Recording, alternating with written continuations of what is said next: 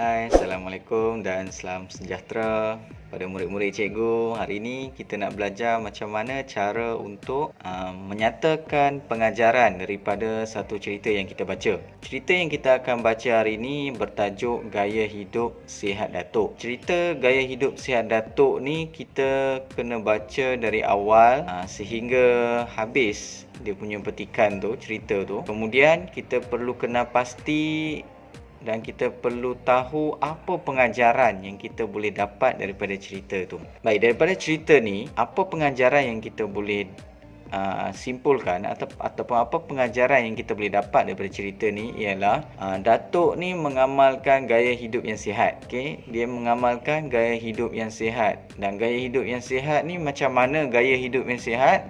Kita perlu pecahkan ataupun kita perlu kategorikan kepada 3 bahagian, iaitu dari segi pemakanan, dari segi tidur dan juga dari segi riadah dia macam mana. Baik, kalau kita tengok gaya hidup sihat Datuk ni, dari segi pemakanan dia, dia makan makanan yang berkhasiat. Jadi makan makanan yang berkhasiat ni boleh memberikan kesihatan yang baik lah kepada kita. Jika kita makan makanan yang berkhasiat, badan kita akan mendapat zat-zat yang berkhasiat, zat-zat yang penting untuk badan. Jadi tak adalah makan makanan seperti makanan ringan dan sebagainya kan. Sebab makanan tu dia ada banyak bahan-bahan kimia yang tak baik untuk kesihatan. Baik, seterusnya kita tengok dari segi tidur pula. Tidur, macam mana Datuk mengamalkan gaya hidup yang sihat dengan cara tidur. Tidur tu tidur yang mencukupi. Pastikan kita mendapatkan tidur yang mencukupi. Kalau kita tidak dapat tidur yang mencukupi, badan kita akan jadi letih dan tidak bertenaga. Jadi, untuk mengamalkan gaya hidup yang sihat seperti yang diamalkan oleh Datuk ni, dia mendapatkan tidur yang mencukupi.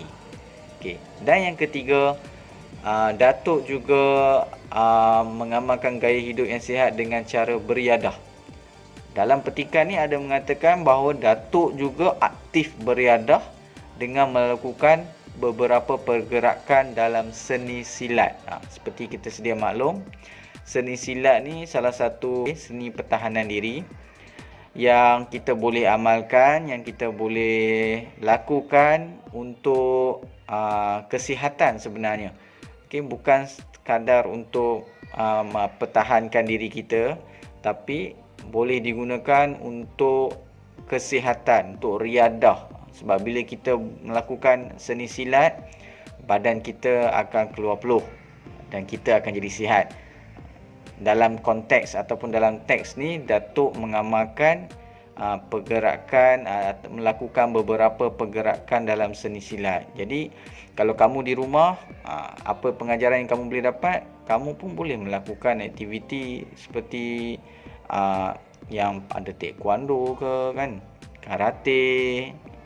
Tak kisahlah apa-apa aktiviti yang boleh mengeluarkan peluh. Itu salah satu aktiviti riadah yang kamu boleh amalkan di rumah. Itu adalah salah satu contoh amalan gaya hidup sihat. Baik, dari pengajaran cerita ni kita boleh simpulkan bahawa Datuk ni mengamalkan gaya hidup yang sihat melalui 3 perkara, iaitu melalui pemakanan, melalui tidur, cara tidur dan juga beriadah.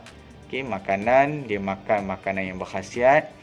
Kalau tidur pula, dia mendapatkan tidur yang mencukupi. Dan juga kalau riadah, dia mengamalkan ataupun melakukan aktiviti pergerakan dalam seni silat. Itu saja untuk hari ini.